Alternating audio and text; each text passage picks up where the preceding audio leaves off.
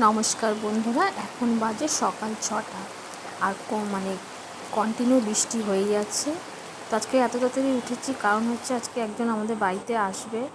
যা মানে এখন আমি ভাবছি কিভাবে আসবে, এত বৃষ্টির মধ্যে সে আসবে কী করে।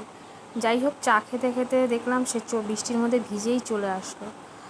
তো এসছে হচ্ছে যেহেতু সামনেই পুজো, তো মেয়ের হেয়ার ঠিক করতে হবে, তাই মানে এনাকে পার্লার থেকে ডাকা হয়েছিল। তো সে এসছে, সে তার বাড়ির থেকে 6টার সময় বেরিয়েছে। তো যাই হোক, বাড়িতেই করছে চুলের মানে এটা কেরাটিন।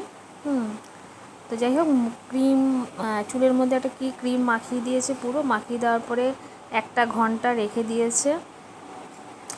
তার মাঝখানে আমি কিন্তু কন্টিনিউ আমার মানে যেই রোজের কাজ করেই যাচ্ছি। যাই হোক, তারপরে এটার মধ্যে একটা তারপর ওয়াশ করা হয়েছিল, তারপরে একটা কি ক্রিম মাখিয়ে তারপরে এই যে স্ট্রেনার দিয়ে চুলটাকে স্ট্রেটনিং করছে।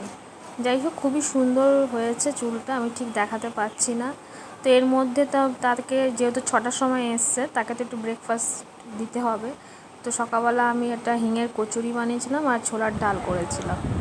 তো ছোলার ডাল সবাই খেয়েছে, তো আমিও একটু খেয়ে নিলাম। তো বন্ধুরা, আজকে কিন্তু মেনু বেশি ছিল না, ভাত আর মাছের ঝোল ছিল। এই হচ্ছে আজকে দুপুরের মেনু। তো বন্ধুরা, ভালো লাগলে লাইক শেয়ার কমেন্টস করবেন। টাটা।